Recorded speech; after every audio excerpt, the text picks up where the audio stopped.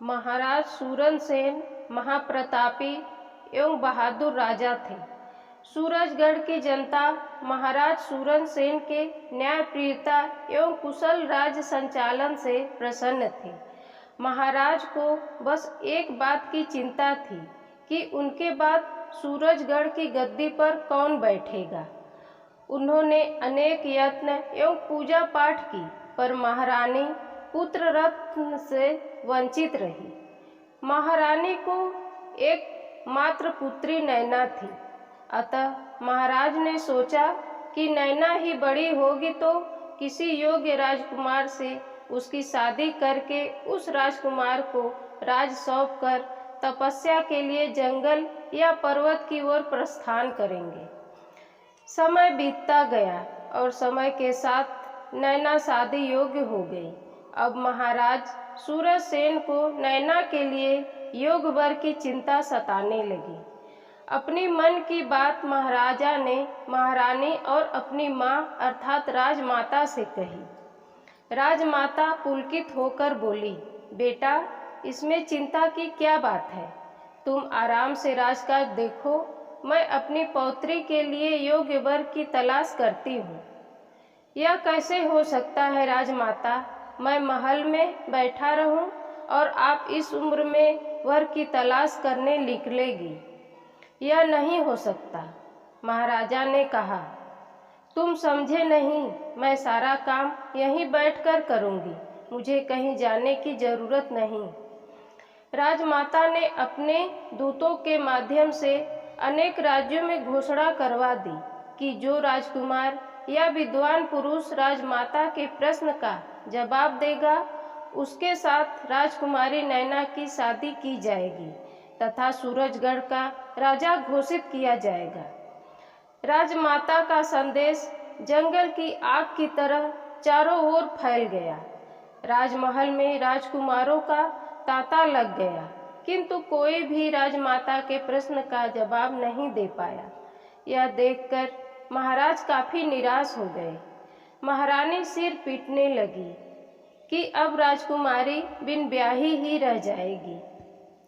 सूरजगढ़ राज्य की सत्ता और नैना के लालच में अनेक राजा महाराजा एवं बहादुर सैनिक आते रहे, किंतु सभी निराश होकर लौट जाते।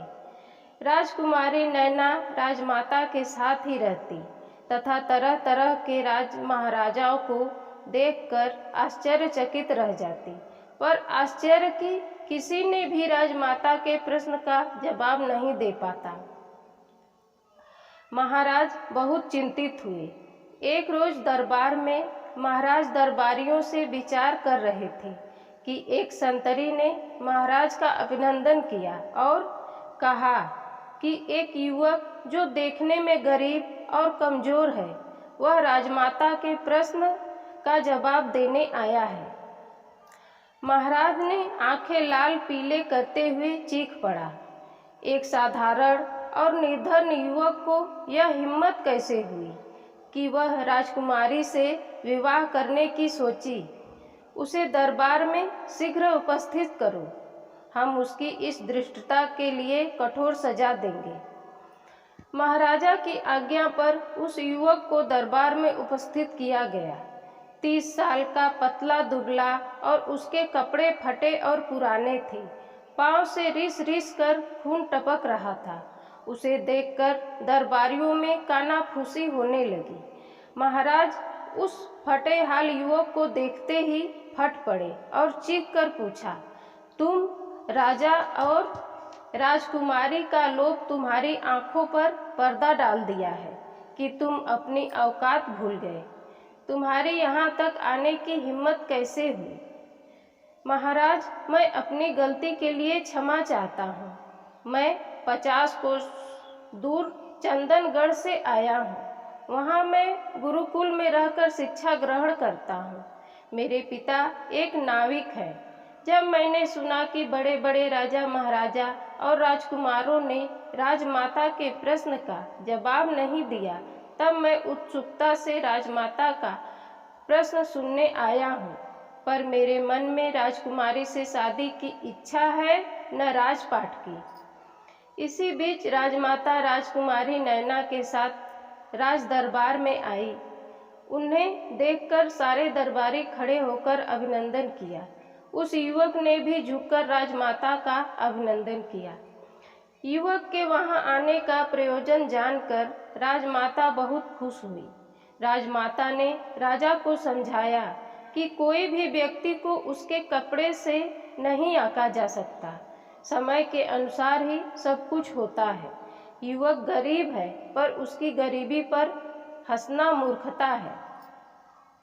राजमाता के आदेश पर दूसरे रोज युवक दरबार में राजमाता के प्रश्न का उत्तर देने उपस्थित हुआ। चूंकि राजमाता की आयु 80 के लगभग थी, मुंह के सारे दांत टूट चुके थे। राजमाता ने उस युवक से प्रश्न किया।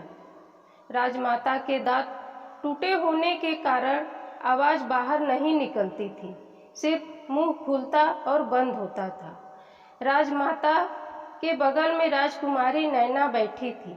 युवक बड़े ध्यान से राजमाता के भाव भंगिमा को देखता रहा। फिर थोड़ी देर के बाद युवक ने कहा, वह राजमाता के प्रश्न को समझ चुका है। अगर महाराजा आज्ञा दे तो प्रश्न का जवाब दूं।